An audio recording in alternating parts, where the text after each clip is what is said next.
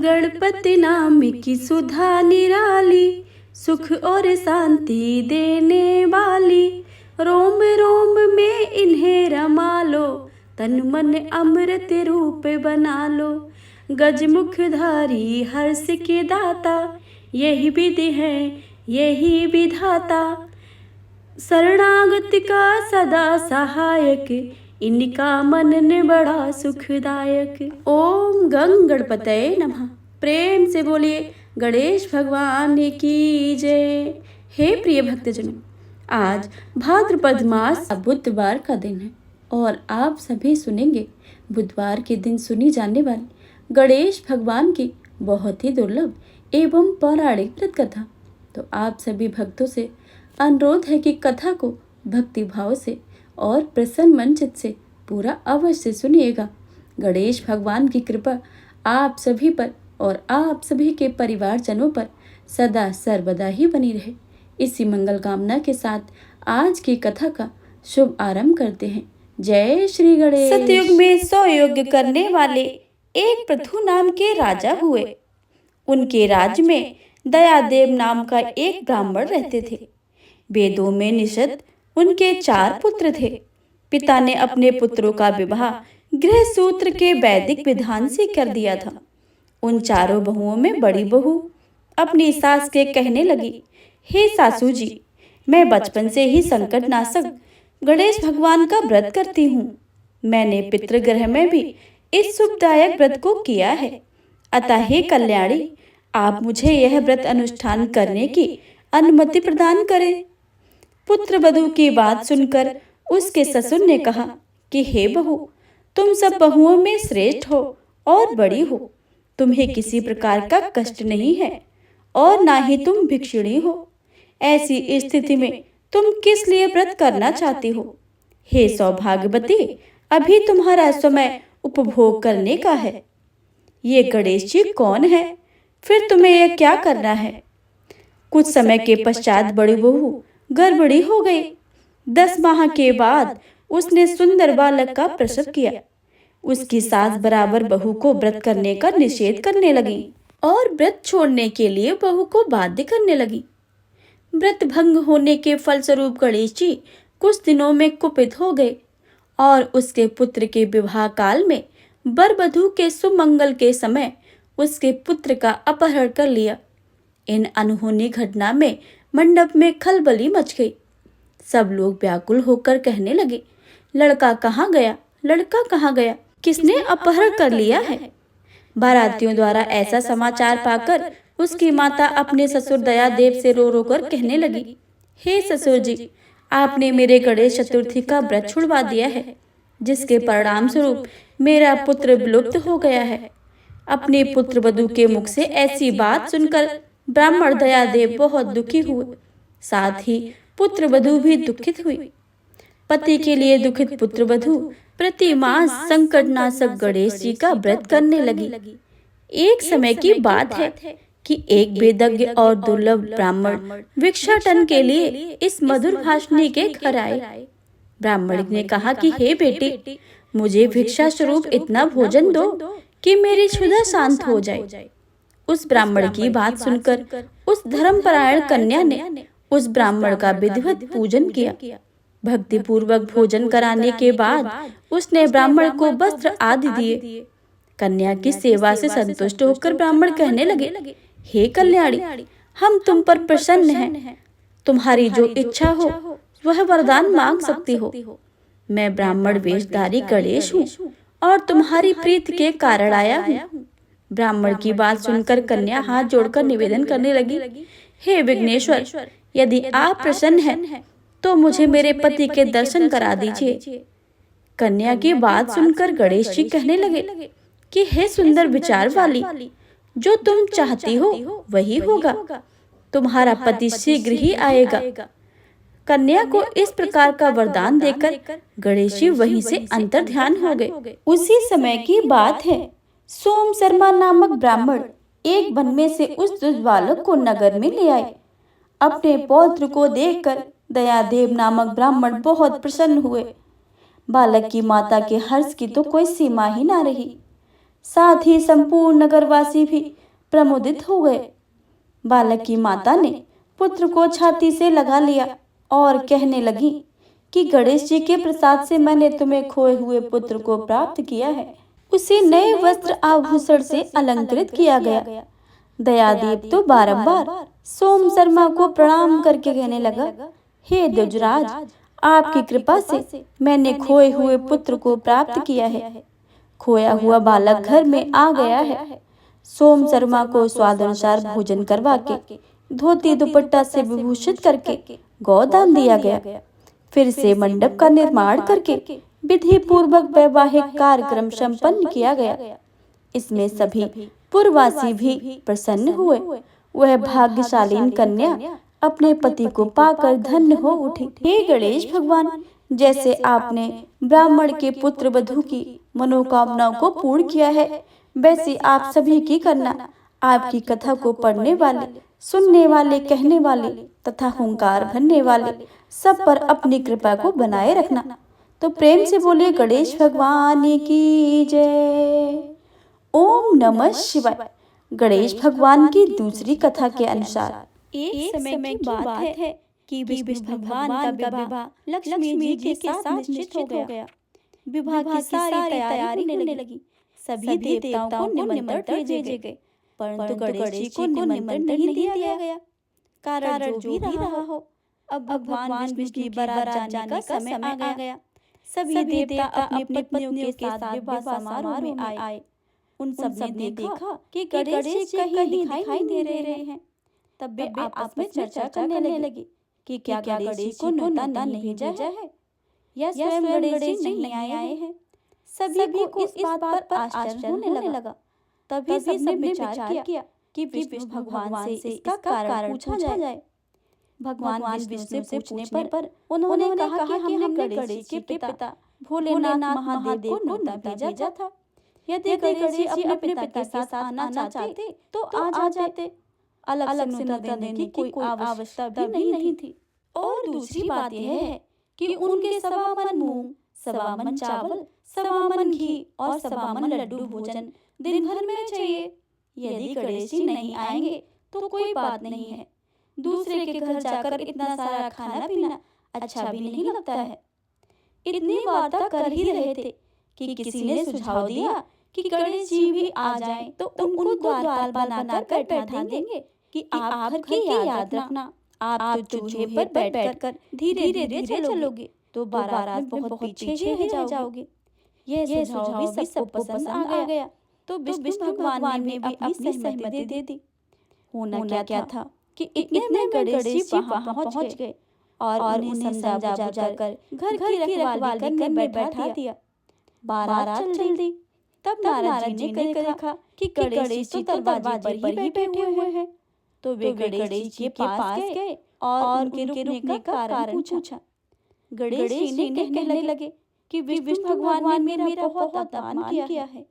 नारद जी ने कहा कि आप अपनी मूषक सेना को आगे भेज दें तो है रास्ता खोद देंगे, जिससे उनके वाहन धरती में धंस जाएंगे। तब आपको सम्मानपूर्वक बुलाना ही पड़ेगा। अब तो गणेश जी ने अपनी मूषक सेना जल्दी से आगे भेज दी और सेना ने जमीन पोली कर दी। जब बारात वहां से निकली तो रथों के पहिए धरती में ही धंस गए। लाख कोशिश करें परंतु पहिए नहीं निकल रहे थे। सभी ने अपने उपाय किए परंतु पहिए तो निकले ही नहीं, बल्कि जगह जगह से टूट ही गए। किसी के समझ में भी नहीं आ रहा था कि अब क्या किया जाए। तब तो नारद जी ने कहा, आप लोगों ने गणेश जी का अपमान करके अच्छा नहीं किया है। यदि उन्हें मना कर लाया जाए तो आपका कार्य सिद्ध हो सकता है और यह संकट भी टल सकता है। भगवान शंकर ने अपने दूत नंदी को भेजा और वे गणेश जी को लेकर आए। गणेश जी का आदर सम्मान के साथ पूजन किया। तब कहीं रथ के पहिए निकले। अब रथ के पहिए निकल तो गए परंतु वे टूट गए थे। तो उन्हें सुधारे कौन? पास के खेत में खाती कर रहा था, उसे बुलाया गया। खाती अपना कार्य करने से पहले श्री गणेशाय नमः कहकर गणेश जी की वंदना मन करने लगा। देखते ही देखते खाती ने सभी पहियों को ठीक कर दिया। तब खाती कहने लगा कि हे देवताओं, आपने सर्वप्रथम गणेश जी को नहीं मनाया होगा और न ही उनका पूजन किया होगा, इसलिए तो आपके साथ यह संकट आया है। हम तो मूर्ख अज्ञानी हैं, फिर भी पहले गणेश जी की पूजा करते हैं, उनका ध्यान करते हैं। आप लोग तो देवतागण हैं, फिर भी आप गणेश जी को कैसे भूल गए? आप लोग भगवान श्री गणेश जी की जय जयकार बोल जाएं तो आपके सभी काम बन जाएंगे और कोई भी संकट भी नहीं आएगा। ऐसा कहते हुए बारात वहां से चल दी और भगवान विष्णु लक्ष्मी माता का साथ विवाह करके संपन्न करके सभी कुशल पूर्वक लौट आए। हे गणेश जी महाराज, आपने विष्णु को जय जयकार हरियो ऐसे कार्य सबके सिद्ध कर जो बोलिए गजानन भगवान की जय। प्रेम से बोलिए गौरी पुत्र गणेश भगवान की जय। बुधवार व्रत कथा के अनुसार एक समय की बात है। एक व्यक्ति का विवाह हुए कई वर्ष बीत गए थे। विवाह के बाद उसकी पत्नी एक बार अपने मायके गई हुई थी। पत्नी के मायके में रहने के कई दिनों के बाद उसके पति पत्नी को विदा करवाने के लिए ससुराल पहुंचा।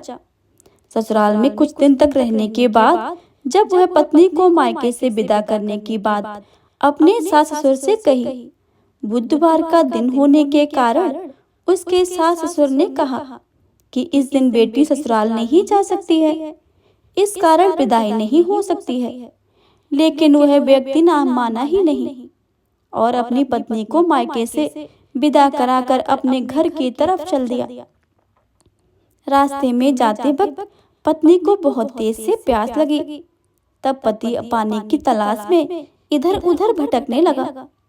काफी देर के बाद जब वह पानी लेकर वापस लौटा तो उसने देखा कि पत्नी के पास उसी की वेशभूषा में कोई अन्य व्यक्ति पत्नी के संग बैठकर बातें करता हुआ दिखाई दिया।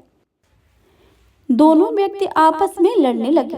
पहले व्यक्ति ने गुस्से में दूसरे व्यक्ति से पूछने लगा कि वह कौन है और क्यों मेरी पत्नी के साथ बैठकर बातें कर रहा है। फिर आपस में लड़ने लगे। दूसरे व्यक्ति ने कहा कि यह तो मेरी पत्नी है। दोनों के बीच में भयानक लड़ाई होने लगी। तब वहां पर कुछ सिपाहियां आ गए और स्त्री से उसके असली पति के बारे में पूछने लगे। दोनों व्यक्ति को देखकर स्त्री हैरान हो गई कि वह कौन मेरा पति है। वह दुविधा में पड़ गई क्योंकि दोनों एक जैसे ही लग रहे थे। तब पहला व्यक्ति परेशान होकर मन में कहा कि हे भगवान, आपकी कैसी लीला है। तभी आकाशवाणी हुई कि बुधवार के दिन पत्नी को विदा करवा कर नहीं लाना चाहिए। यह सुनकर पहला व्यक्ति समझ गया कि वह भगवान बुद्ध की लीला है और वह व्यक्ति बुद्ध देव से प्रार्थना करने लगा और क्षमा मांगने लगा कि फौरन ही बुद्ध देव अंतर ध्यान हो गए और उस व्यक्ति को अपने पत्नी मिल गई। तभी से हर दिन बुधवार के दिन भगवान गणेश जी की पूजा होने लगी है। प्रेम से बोलिए भगवान गणेश की जय। गणेश भगवान की अगली कथा के अनुसार किसी गांव में एक भाई बहन अपनी पत्नी के साथ रहता था। दोनों भाई बहन में बहुत प्रेम था। बहन का नियम था कि वह अपने भाई का मुंह देखकर ही भोजन करती थी। कुछ दिनों के बाद बहन की शादी पास वाले गांव में हो गई। लेकिन बहन ने अपना नियम नहीं तोड़ा। प्रतिदिन अपने भाई का मुंह देखने आती। रोज सवेरे उठती, घर का काम करती, उसके बाद भाई का मुंह देखने और अपने पीहर को जाती। रास्ते में खेजड़ी का पेड़ था। उस पेड़ के नीचे विनायक जी की मूर्ति थी। पास में ही तुलसी माता का हरा भरा पेड़ था। पथवारी माता को दूध से सींचती थी। भाई का मुंह देखने जाती और कहती जाती, हे भगवान विनायक, मेरे को अमर सुहाग देना और अमर पीहर देना। इस प्रकार से कहती हुई आगे अपने पीहर के रास्ते पर चली जाती। रास्तों में कांटों की झाड़ियां थी। बहन के पैर में कांटे चुभ जाते थे। पीहर पहुंची, अपने भाई का मुंह देखा और पास में बैठ गई। भाई ने बहन के पैरों से खून निकलते देखा तो पूछा, भाई साहब आपके पैर में तो जख्म कैसे लगा है, क्या हुआ है? तब बहन बोली, रास्ते में झाड़ियां थी, उसी के कांटे चुभ गए हैं। कुछ देर के बाद बहन अपने घर वापस चली गई। बहन के जाने के बाद नान भाई ने सोचा कि बहन मुझसे मिलने जाती है, रास्ते में झाड़ियां हैं, उसमें कांटे हैं और मेरी बहन के पैर में चुभ जाते हैं। अपनी बहन के घर से और अपने घर तक का रास्ता साफ कर दिया। रास्ते में से विनायक भगवान, तुलसी माता सभी को साफ करके किनारे कर दिया। इससे भगवान क्रोधित हो गए और भाई को हमेशा के लिए सोता छोड़ दिया। प्रातःकाल उठने पर पत्नी पति की अवस्था को देखकर रोने लगी। सभी गांववासी एकत्रित हो गए, लोकाचार करने के लिए ले जाने लगे। तो पत्नी ने कहा कि आप लोग कुछ देर रुक जाइए, मेरी वायसा का प्रतिदिन का नियम है, अपने भाई का मुंह देखने का, वह आती ही होगी। तब गांव वाले कहने लगे, आज तो मुंह देख लेगी, लेकिन कल से क्या करेगी? तब एक वृद्ध ने कहा कि ठीक है, थोड़ी देर देख लेते हैं। उधर बहन हर दिन की तरह सवेरे उठी, घर का काम किया, उसके बाद अपने भाई से मिलने को चल पड़ी। रास्ते में आई तो देखा कि पूरा रास्ता साफ किया है। पेड़ के पास खेजड़ी का डाल दोबारा लगाया, 7 पत्थर लगाकर पथवारी माता बिठाई, विनायक जी की मूर्ति खोजकर दोबारा स्थापित किया, तुलसी जी का पेड़ लगाया। भगवान सूर्यदेव को साक्षी मानकर सबके पांव पकड़कर बोली, हे भगवान, अमर सुहाग देना, अमर पीहर का वास देना। इतना कहकर अपने पीहर की ओर चल दी। उसके जाने के बाद विनायक जी भगवान, खेजड़ी और माता तुलसी पथवारी माता, सूर्य भगवान ने सोचा, यदि इसके नहीं सुनी तो हमें कौन मानेगा। यह सोचकर भगवान ने बहन को आवाज लगाई, बेटी इधर आ। खेजड़ी के 7 पत्तियां तोड़ ली और इसे कच्चे दूध में घोलकर अपने भाई को इसके छींटे देना, वो सही सलामत उठकर बैठ जाएगा। बहन ने मुड़कर देखा, उसे कोई भी दिखाई नहीं दिया, पर उसने मन ही मन सोचा, जैसा सुना है वैसा कर लेती हूँ। खेजड़ी की 7 पत्तियां तोड़कर उसने अपने पल्लू में बांध ली और चल पड़ी। अपने भाई के घर पहुंची तो देखा भाभी रो रही थी। गांव वाले बैठे थे, भाई की लाश रखी थी।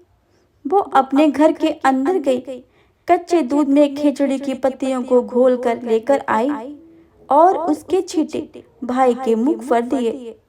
छींटे लगते ही भाई उठकर बैठ गया, जैसे गहरी नींद से जागा हो। बहन को देखकर बोला, बड़ी गहरी नींद आई थी। बहन ने मन ही मन उसे सभी भगवान को प्रणाम किया और बोली, ऐसी नींद दुश्मन को भी ना आए। फिर अपने भाई से बोली, भाई तुमने रास्ता साफ क्यों किया? भगवान के स्थान को क्यों उठाकर हटाया? मैं आते समय सभी को दोबारा स्थापित करके आई हूँ। भगवान की कृपा से मुझे अमर सुहाग और अमर पीहर का वास मिला है। फिर हाथ जोड़कर कहा, हे भगवान, जैसे मुझे अमर सुहाग और अमर पीहर का वास दिया है, वैसे ही सबको देना। जैसे मेरी लाज रखी है, वैसे ही सबकी रखना। बोलो विनायक भगवान की जय, पथवारी माता की जय, तुलसी माता की जय, खेजड़ी की जय, सूर्य भगवान की जय। गणेश भगवान की अगली कथा के अनुसार एक गांव में एक विधवा अपने बहू के साथ रहती थी। उसकी बहू मंदबुद्धि की थी, जो अपनी भूख बर्दाश्त नहीं कर पाती थी और हमेशा खाने के लिए उतारू रहती थी। वह सबसे पहले उठकर खाना खाती थी, फिर घर के बाकी काम किया करती थी। एक दिन विधवा ने अपने घर में पूजा करवाने को सोचा, लेकिन वह थोड़ी परेशान थी, क्योंकि उसकी बहू अगली सुबह उठते ही खाना खाने को दौड़ेगी और पूजा के लिए बनाए पकवान को झूठा कर देगी। अपनी बहू को पूजा के लिए बनाए पकवान से दूर रखने के लिए विधवा ने एक तरीका निकाला। पूजा वाली सुबह उसने एक मटका लिया और उसके नीचे एक छेद कर दिया और अपनी बहू से बोली कि आज पूजा है, इसलिए खाना खाने से पहले पानी भर कर ले आओ। बहू भी बहुत चालाक थी। उसने देख लिया था कि विधवा ने मटके के नीचे छेद कर दिया है, इसलिए अपने साड़ी में आटा बांधकर पनघट पर चली गई और उसने आटा निकाला और कुएं के पानी की मदद से बाटियां बनाने लगी। कुएं के पास ही एक शमशान घाट था जहां चिता जलाई जा रही थी। बहू ने उसकी आंच से अपनी बाटियां सेक ली। उसकी बाटियां सूखी थी तो वह पास में एक गणेश जी का मंदिर में चली गई, जहां गणेश जी को अब किसी ने चोला चढ़ाया हुआ था। उसने देखा कि गणेश जी की तोंद में पे घी लगा हुआ है। उसने उस घी को अपनी बाटी पर लगा लिया और उसका भोग गणेश जी को लगाकर वह बाटी खा ली और घर वापस चली आई। बहू की इस हरकत पर गणेश जी बहुत गुस्सा हुए और उन्होंने गुस्से में अपनी नाक पर उंगली चढ़ा ली। जब गांव वालों ने देखा कि गणेश जी ने अपनी नाक के ऊपर उंगली चढ़ा ली है तो उन्हें मनाने के लिए बहुत ही जद्दोजहद किया गया, लेकिन गणेश जी ने अपनी उंगली वापस नहीं उतारी। जब यह बात राजा को पता चली तो राजा ने बड़े बड़े पंडितों को और ज्योतिषियों को बुलवाया और हवन करवाया, लेकिन गणेश जी फिर भी नहीं माने। सब बहुत चिंतित थे। राजा ने पूरे गांव में ऐलान करवा दिया कि जो भी इंसान गणेश जी की नाक पर उंगली हटाने में सफल होगा उसे इनाम के तौर पर 5 गांव दिए जाएंगे। गांव के सभी लोगों ने गणेश जी को मनाने में लग गए, लेकिन गणेश जी माने ही नहीं और अपनी उंगली चढ़ाए ही रखे। अंत में विधवा की बहू बोली कि अगर आप सब आज्ञा दें तो वह गणेश जी की उंगली हटा सकती है। उसकी बातों को सुनकर विधवा हंसने लगी और बोली कि जब बड़े बड़े विद्वान कुछ नहीं कर पाए तो तू कैसे गणेश जी को मना पाएगी। किसी ने बोला कि जब सब लोगों को मौका मिला तो उसे भी एक मौका मिलना चाहिए। फिर सभी बहू को मौका देने के लिए मान गए, लेकिन बहू ने एक शर्त रखी। उसने कहा कि उसके घर से लेकर मंदिर तक पर्दा बांधा जाए। जब सब लोगों ने सोचा कि इतना कुछ तो कर ही चुके हैं तो पर्दा बांधने में क्या ही जाता है, बहू के कहे अनुसार उसके घर से लेकर मंदिर तक पर्दा लगाया गया। बहू ने अपना दिमाग लगाया और अपने पेटीकोट में एक मोगरी छिपाकर मंदिर चली गई। मंदिर जाकर उसने गणेश जी से बोला कि मैंने आपकी तोंद से जरा सा घी क्या ले लिया, आपने अपनी नाक पर उंगली चढ़ा ली। अब नाक से उंगली हटा रहे हो या दूं एक मोगरी? अभी के अभी टुकड़े टुकड़े हो जाएंगे। बहू की यह चेतावनी सुनकर गणेश जी थोड़ा डर गए और उन्होंने सोचा कि यह तो पूरी ही पागल है, कहीं सच में इसने मोगरी मार दी। तो गणेश जी ने बिना सोचे समझे अपनी नाक से उंगली हटा ली, जिसे देखकर गांव वाले खुशी हो गए और बहू के जय जयकार करने लगे। राजा के ऐलान के मुताबिक बहू को 5 गांव इनाम में दिए गए। इस कथा को सुनकर गणेश भगवान से लोग यह मांगते हैं कि जैसे आपने बहू की सब बात मानी है वैसे ही सबकी माने और सबकी मनोकामनाएं पूरी कर दें। तो प्रेम से बोलिए गणेश भगवान की जय।